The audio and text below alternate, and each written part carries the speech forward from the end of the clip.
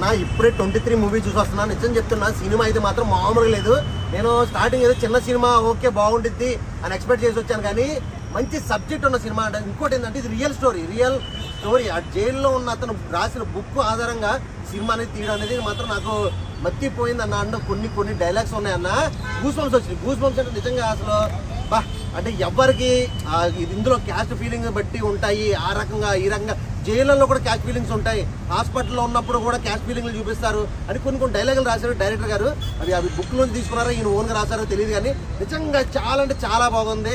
And hero character చిన్న mistake అనమాట, చిన్న మిస్టేక్, ఒక తొందరపాటులో చేసి ఒక చిన్న మిస్టేక్ వల్ల ఆయన జీవితం మొత్తం నాశనం అయిపోవడం ఎలా ఉంటుంది, ఎన్ని ప్రాబ్లమ్స్ ఫేస్ చేయాల్సి వస్తుంది మనం ఏదైనా కంగారు పడి ఒక చిన్న పొరపాటు చేస్తే అన్న దాని మీద చాలా నీట్గా చూపించారు.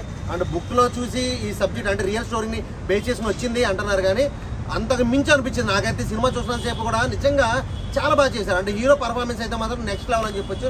చాలా స్మూత్గా, అసలు నిజంగా ఒక్క క్యారెక్టర్ కాదన్న, హీరోయిన్ కానీ కొత్త అమ్మాయి కానీ హీరో కానీ అంటే హీరో ఫ్రెండ్ క్యారెక్టర్ కానీ ఒక్కటి కాదు. సినిమా త్రూ అవుట్ ఎంత నీట్గా అంటే చాలా బాగా చూపించారు. అండ్ మెసేజ్ ఉంది ఈ సినిమాలో. ఏది మనం తొందరపడి ఒక పొరపాటు చేస్తే దాని పరివేశం ఎలా ఉండిద్ది అన్నది ఈ సినిమాలో అయితే చూపించారు. ఇది చిన్న సినిమా అనుకుని సరే చూద్దాం తర్వాత ఓటీటీలో ఐబొమ్మలో చూద్దాం మాత్రం ఎక్స్పెక్ట్ చేయకండి.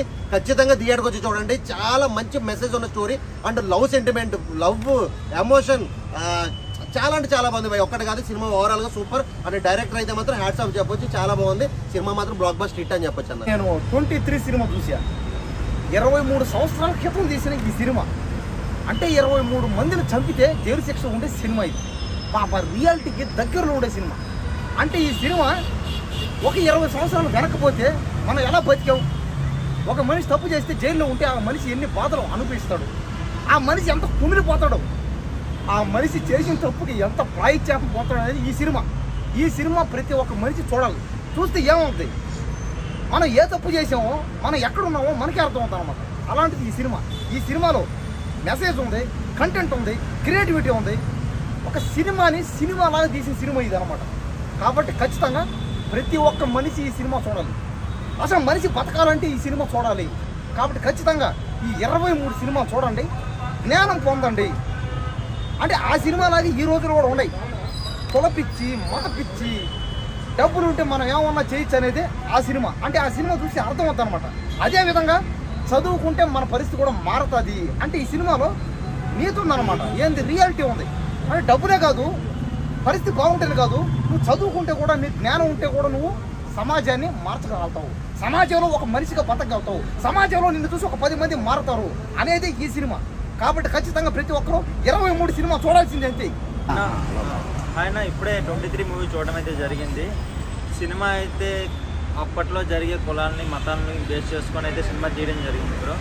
అప్పట్లో ఇంత హీనంగా చూస్తారా అనే దీని మీద సినిమా రన్ అయింది. అండ్ హీరో విషయం వస్తే ఒక చిన్న పొరపాటు మన జీవితాన్ని ఎంత లారికి కిందకి తోసేద్దు అనేది సినిమా సారాంశం అయితే తెలుస్తుంది. ఈ మూవీలో బ్యాక్గ్రౌండ్ మ్యూజిక్ అయితే చాలా బాగుంది అండ్ సాంగ్స్ కూడా బాగున్నాయి. హీరో హీరోయిన్ మధ్యన కెమిస్ట్రీ కూడా చాలా అందంగా తీశారు. అండ్ మన తాగుబోతు రమేష్ గారు ఈ సినిమాతో చాలా మంచి క్యారెక్టర్ అయితే ఆయనకి రాయడం జరిగింది. అండ్ ఝాన్సీ గారు ఇంకో హైలైట్ అని మేము చెప్పుకోవచ్చు. ఎందుకంటే ఝాన్సీ గారు ఈ సినిమాని ఇంకో లెవెల్కి తీసుకెళ్లారు. అండ్ లాస్ట్గా వచ్చేస్తే సినిమాకి లాయర్గా పనిచేస్తారు. అండ్ సినిమాలో కొన్ని ఇవి కూడా ఉన్నాయి, ఫాల్స్ కూడా, అవి కొంచెం క్లియర్ చేసుకుంటే సినిమా ఇంకా అద్భుతంగా ఉండేది. ఇది చిన్న సినిమా అనుకోకండి, చాలా మంచి సినిమా. సో ప్రతి ఒక్కరు ఇది థియేటర్కి వచ్చి చూడాలని నేను కోరుకుంటున్నాను.